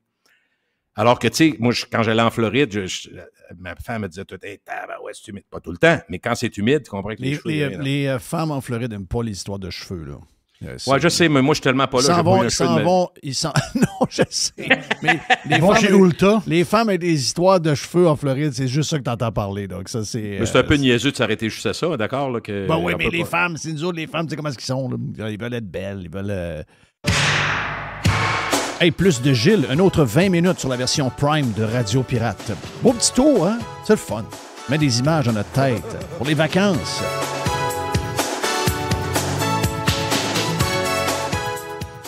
Pirater, c'est légal. Radiopirate.com. Radio Pirate. 100%. 100%. Pirate. Jeff Fillion. Hey, l'aubergiste, c'est le week-end. C'est pas juste le week-end, c'est l'été. Oui, j'ai soif. Ouais, on lance pas juste le week-end, on lance l'été cette semaine. C'est pour l'été. Exact. On va dire c'est les vins de l'été. Ben, on parle été, on parle rosé. Juste pour les gens qui sont sur le live, est-ce que, Mr. White, tu leur envoies des affaires de temps en temps sur le live cet été ou c'est quoi qui est prévu? Pas pour l'instant? Pas pour l'instant, mais écoute, je dis ça à chaque année, puis il y a toujours des surprises. Il y a toujours des surprises. Fait que attendez-vous à des surprises. OK, parfait. Des petites surprises. Ça, c'est le fun. Parce que c'est notre dernière semaine. Oui. On fait aujourd'hui, on fait demain. OK, dernière semaine à vie, là. Non. Moi, je pense en note. Je pense en note. Non. On vient vite, là. Mais là, si on parle sérieusement, là, il reste combien de temps à Radio Pirate? J'ai quel âge, là? 58. On va avoir 58 cet été? Oui. Il me reste, d'après moi, il me reste une dizaine d'années. Et tabarnak. Hey, ça, c'est la première fois que tu dis ça, là. Non, mais Moi, tu sais que j'ai un tableau Excel. Tu sais, mettons 5 ans full comme on est là. Puis peut-être une légère diminution après ça. Mettons à partir de... Je dis 5. Peut-être à partir de 64. Peut-être une légère diminution. Au lieu de travailler... là, on travaille 4 jours. Je travaille le vendredi, mais différemment. Là. Mais mettons que je dis on fait 3 grosses journées de production. Puis après, tu sais, peut-être différemment. Mais je me vois pas arrêter. Non. Je me vois pas arrêter parce que cette semaine, j'ai un fond de moi qui a hâte aux vacances. J'aime les vacances, mais il y a un fond de moi que j'aime jamais arrêter. C'est bizarre, non, je comprends. Je suis bizarre. Je suis chanceux, j'aime ce que je fais, Chris. Ben, il y a là l'histoire aussi. Tu sais, t'aimes ça. Moi, je J'aime pense ça. que... On aime ça.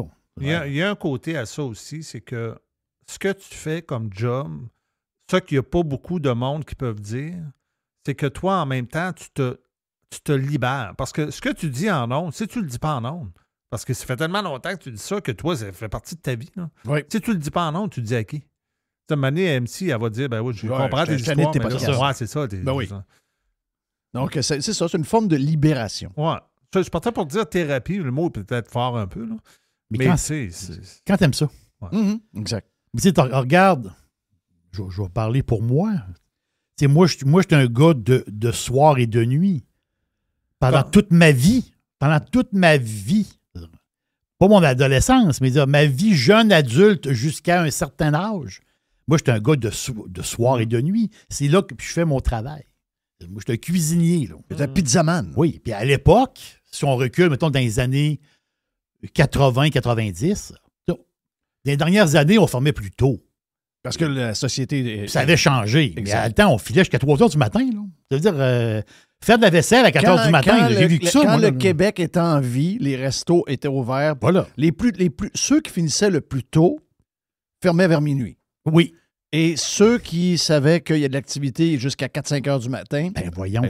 Les Mikes de ce monde étaient ouverts la nuit. C'était une crif de passe. Là. Le restaurant se remplissait là, vers 1h30, 2 heures. 1h30, 2 heures. Tu es à 3h30 du matin. Là. OK? Tu t'en vas dans un genre de restaurant Mike's. Nous autres, au Saguenay, on allait, en plus, à Chicoutimi-Nord, on allait chez Vittorio. Là. Il y avait une file. Là. Oui, il y avait une file. C'est ça que je voulais dire. C'est qu'on n'était pas tout seul. Le restaurant est grand de même. Il y a du monde. Là. C'est ça. Et t'es dans le fil. Il est 3h20 du matin. Là. Puis là, tu peux servir de l'alcool jusqu'à 3h. Mais est-ce que tu as déjà raconté ça à ton gars et à ta fille? Oui. Ils ont de la misère à croire ça. Ils ne croient pas ça. Ils ne peuvent pas s'imaginer ça. Mais ils sont là. Ah, c'était donc bien hot. C'était comme ça. C'était le même. Là. Moi, c'est bien plus comment ça que c'est plus le même. Ouais, c'est ça. Mais mon histoire, justement, de gars de soir et de nuit, tu parles que tu aimes ta job. Moi, je vais te le prouver que je l'aime, ma job. Parce que là, à l'heure que je me lève, c'est l'heure que je me couchais. Oui. C'est carrément ça. Là. Toi, tu as changé carrément ton style de vie. Là. De A à Z. Puis je peux te le dire, depuis que je travaille à Radio Pirate puis que je me lève tôt, jamais, je te le dis, là, je te le jure sur la tête de mes enfants. Jamais tu t'es dit, ça me tente pas. Jamais que je me suis levé un matin et j'ai dit, tu veux dire, tu rentres vraiment du reculon. Là. Tu sais, quand il fait noir l'automne, là, se lever à nuit pour venir faire de la radio, tu dis, pas tout. Moi, un matin, ça me tentait pas. C'est pas vrai. Hey, moi, là. Moi, ça me tente tout le temps, Jeff. Il faut que je le dise aux gens, là, les radios Pirate News, on commence à 7h30. Oui. À 7h moins quart, là, je suis comme quand je jouais un tournoi de hockey, le match final d'un tournoi de hockey. On est à Sherbrooke. On se prépare à jouer contre une équipe de Cornwall. Puis là, il est 1h moins quart, puis l'aréna est plein, puis on entend la finale de consolation qui joue. Puis là, tu t'as mis tes pads, puis tu marches dans la chambre. Il y a une effervescence là dans le toit. T'as juste hâte qu'il ouvre la fucking porte. Comme un taureau qui rentre dans l'arène de corrida. À 7h moins quart, je me sens de même. J'aime ça encore. Là. Oui, t'aimes ça. Tu sais, le 1h30, 2h de Radio Pirate News, je suis quasiment en transe. Ah oui, t'es en transe.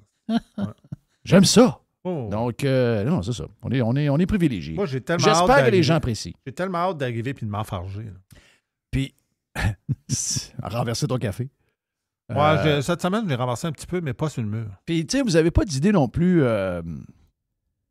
ce qu'on est en train de bâtir. Tu sais, moi, j'ai déjà fait ça à l'époque quand on est passé du AM au FM.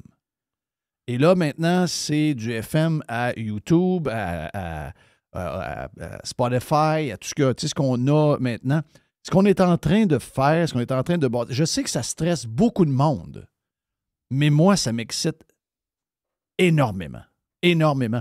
Puis je sais que c'est pas tout le monde qui peut faire ça parce que ça prend une discipline, puis ça prend une organisation, puis nous autres, on est privilégiés. Il y en a beaucoup qui ont essayé. On a parlé avec Reg tantôt. Denis Lévesque le dit dans la presse. Il a essayé. Pourtant, il n'était pas financé. Il y avait mon chum Serge Fortin derrière de lui qui donnait un coup de main, bâtir les studios, les équipements, l'équipe de production, donc. Puis qu'il n'a pas été capable de toffer. Donc, c'est tough, là. Ah oui, c'est tough. Ça prend une rigueur. Mais c'est le fun.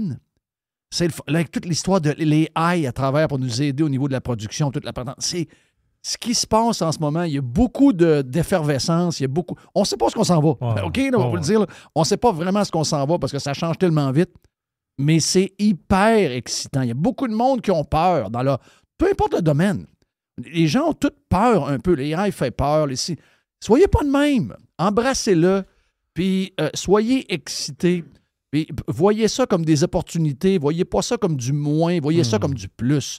C'est une question d'attitude quand on fait face à l'inconnu et aux nouveautés. Il y a une question de perception de comment on regarde la patente.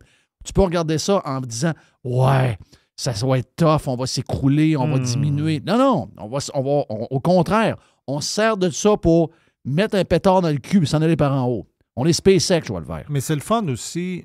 Tu sais, un matin, on a rencontré un pirate là, qui est venu te porter un beau cadeau. Un gars de Montréal, mais un gars originaire de Saint-David-de-Falardeau. Falardeau. Oui, exact. Puis qui est venu te porter un cadeau extraordinaire. Écoute, c'est complètement capoté. Là. Oui. Il me l'avait montré en photo, mais quand je l'ai... F-18 de l'armée canadienne, mais édition annuelle du F-18 de démonstration. Ouais. 300 exemplaires produits, pas toutes les années, dépendamment du modèle qu'ils ont, mais très peu de modèles que ces compagnies-là sortent. C'est voulu. Donc, énormément de demandes. Ah, y a-tu donné ça au bon gars? Jeff était comme un enfant. Non, ça, c'est pour la vie, là. Moi, mais tu sais, ce que je voulais dire là-dessus, c'est que quand on les rencontre, les pirates, je dis pas ça parce que lui, il est venu porter un cadeau. On les rencontre, on le connaît pas, lui, là. Là, on leur parle. Toutes les fois qu'on en rencontre, on se dit toujours, on est-tu privilégié d'avoir cette clientèle? On a une crowd incroyable. On a une crowd incroyable. Régent le dit. Régent, lui, il n'en revient pas, là. Régent, il n'en revient pas. Régent, c'est une star, là. Régent, il a vécu les grosses années. Il en a-tu vu des patentes? Lui, il n'en revient pas de Radio Pirate. Il dit, c'est quoi cette affaire-là? Il dit, tout le monde m'arrête de me parler de Radio Pirate. Oh, ouais. Il n'a jamais eu cet impact-là. Il a été à la presse, il a été au Journal de Montréal, il a été le chroniqueur de choses le matin Cogeco, à Paul Arcand. Il a été avec mon Ensuite, il a été au 91.9, il était à telle place. Il dit, j'ai jamais eu ça. C'est quoi cette gang-là? C'est quoi cette affaire-là? Vous êtes donc bien craqués, vous autres. Oh, c'est ça. C'est la gang de pirates. C'est pour ça qu'on est heureux de même. Donc, c'est tout pour l'aubergiste. Oui. Tout ça pour l'aubergiste. Oui, c'est pour l'aubergiste. C'est ça. Parce qu'on parle d'été, puis on parle de... C'est une pause d'été. C'est une pause d'été. Mais pour l'été, c'est... Été égale rosé. Ça va très, très bien ensemble. Et on dit que je connais une que c'est pas un que l'été. Ouais. Je voulais pas le dire. Mais c'est toi qui l'as dit. Ben oui. Oui, c'est ça. Même s'il mouille de côté, c'est bien gris, on voit même pas l'autre bord du fleuve, il fait 7 degrés, vent de l'est de 30 km/h, c'est l'été dans sa tête. Je peux te le dire. Oui, c'est parfait. Mais on l'a parlé cette semaine avec Gilles Parent. Mais il est où, Gilles? Il est où, Gilles? Il est où? Il est dans la place du rosé. Ben voilà, oui, exactement ça. Le rail rosé.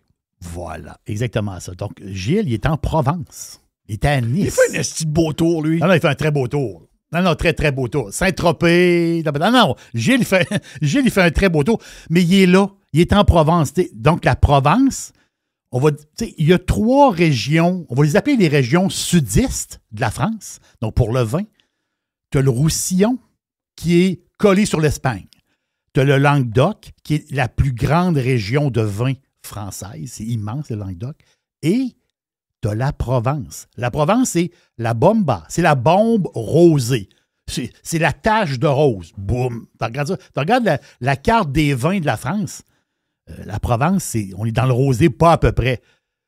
86% des vins qui sortent de la Provence, c'est du rosé. Là. 9% en blanc et 5% en rouge. Vous voyez un peu la patente? Et toutes ces nuances de rosé-là. Puis, tu sais, je dis nuances de la couleur. Parce que il y a plein de styles de dry rosé, by the way. Litchi, pêche, saumon. Ça, c'est les couleurs. Les couleurs de rosé. Le dégradé de rosé. Gris. Oui, gris. Voilà, exactement ça. Donc, la Provence, territoire tout à fait extraordinaire. C'est pas compliqué. C'est de, mettons, à l'ouest, Marseille, et jusqu'à l'est, Nice, Monaco. Donc, toute cette côte-là et l'arrière-pays, ben c'est ça, la Provence. Climat sec, ensoleillé, et justement, ben, le rosé là-bas, là, c'est plus que du vin. Le rosé, c'est comme un art de vivre. Oui. Allez prendre le rosé. On prend le rosé. Les Anglais vont prendre un thé à 4 heures. Ben, les gens qui vivent en Provence, les Provençals, eux autres, ils prennent le rosé à 4 heures. Vous voyez un peu la patente, là? Ben oui. Ils n'attendent pas à 5 heures. Les autres, c'est à 4 heures. L'aubergiste, là, il va en dire trop, mais je vais faire ça simple. Plusieurs appellations régionales. Tu as Cassis, Palette, Côte de Provence. Il y en a plein d'appellations de la Provence. Mais il y a une appellation qui s'appelle Bandol. Bandol, c'est un petit village qui s'appelle Bandol. Je te pose une question avant que tu ailles plus loin. Est-ce que le rosé, le dry rosé, à part le champagne, c'est dans les vins le côté le plus... Tu sais, les Hamptons, justement le sud de la France, Monaco... mettons, je me rappelle quand il y avait à Castellet le Grand Prix de Formule 1 il y a quelques années, les gens étaient sur les terrasses, tout le monde avait le rosé. Il y a comme un côté noble au dry rosé. Est-ce que je me trompe? Il y a un côté fancy. Oui, c'est ça. Oui. Il y a un côté fancy du rosé. Parce que le rosé sucré n'a pas. Non. Voilà. Exactement. Mais c'est ça, là, on n'est pas là du tout. Là, on est dans des rosés. Dry rosé, provençaux, de provençal, je veux dire, c'est même pas le dire, provençal. Donc, on est quoi? 1,2, 1,4 de sucre au litre. Il n'y a rien, il n'y a pas de sucre là-dedans. Il n'y a pas de sucre du tout. Lui que je vous parle, il y a 1,2. Là. Il n'y a pas de sucre là-dedans. Mais justement, c'est... Parce qu'ils ont le terroir pour ça et ils ont le cépage pour ça. Puis l'affaire, c'est que quand tu parles de Bandol, ce qui est capoté, c'est le cépage. Parce que le cépage... Le cépage principal, c'est du Mourvèdre. Donc, Mourvèdre, Grenache, Cinsault. Mais quand tu regardes du Mourvèdre, tu regardes la grappe, tu la mets dans la main. Là. C'est du gros raisin bleu, là, foncé, avec des grosses grappes. Là, tu vas dire, OK, ça fait du rosé. Oui, monsieur. Surtout en Bandol. Eux autres, c'est leur cépage. Puis il y a plusieurs cépages qui vont faire du rosé dans le sud. Ça, c'est leur cépage à eux autres. Et le nom du vin que je vais vous parler, parce qu'il y en a 2 vins à SEQ, parce qu'ils viennent d'arriver. Il faut prendre note. Présentement, cette semaine, il est en train de se distribuer dans les SEQ. Moi, j'ai eu la chance d'avoir une bouteille avant. Je vais vous dire pourquoi. Parce que c'est Pierre-Luc Côté, notre pirate. PL Côté. C'est notre pirate qui m'a envoyé une bouteille un petit peu plus tôt au printemps. Il m'a dit, ça, là, et ça, c'est très bon. Là. Et ça, il dit, tu vas capoter. Je tombe là-dedans. Je dis, arrête. Ça n'a pas de bon sens. Mais je ne pouvais pas vous en parler avant parce que... Voilà. Il est dans l'entrepôt de la SEQ, mais la SEQ, il faut qu'il distribue. Vous voyez un peu la patente, il y a toujours... C'est ça, toi, tu disais à PL. PL, rentre ton rosé. PL, dis-moi, le rosé rentre. En mois de mai, c'est le rosé, t'as la grandeur de la SEQ. Mais PL, il ne peut pas tout décider.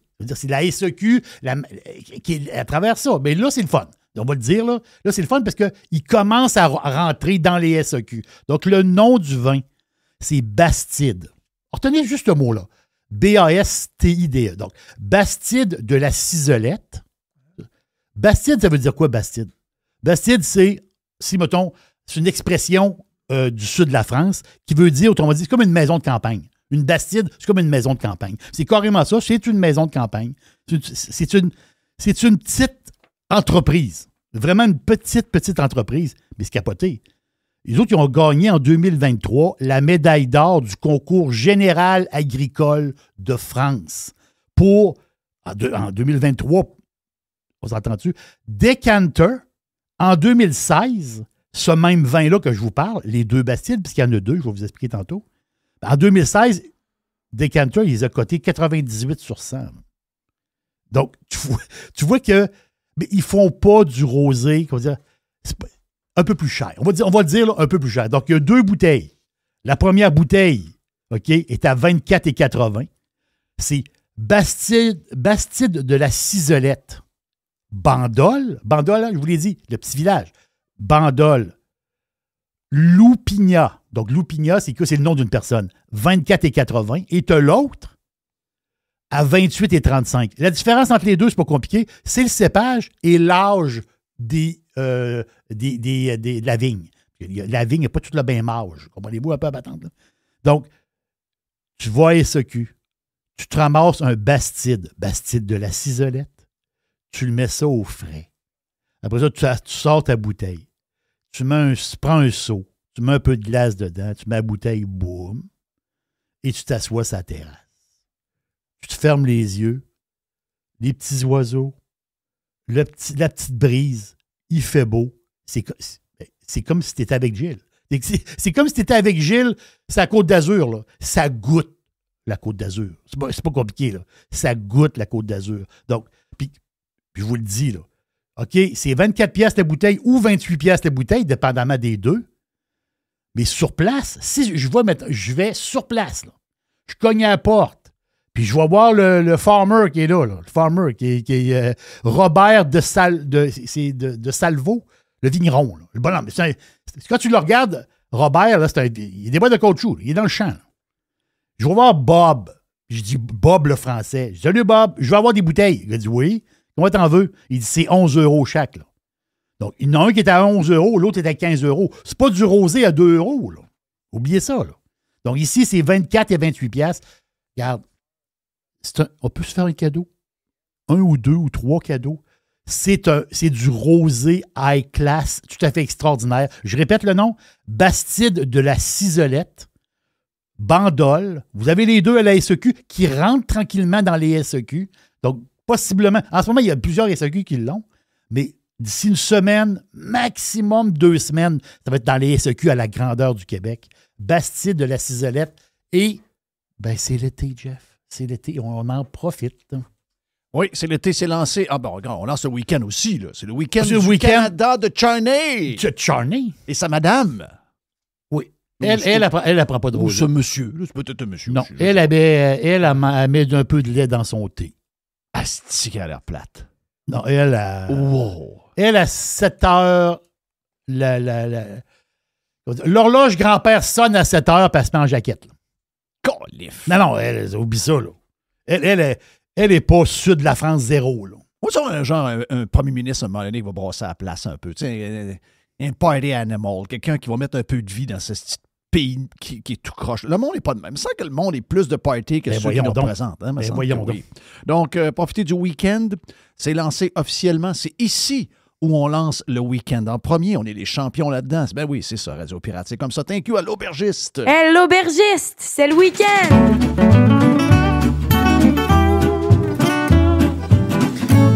Oui, j'ai soif. The Revolution. RadioPirate.com. Fresh 100%. 100% pirate.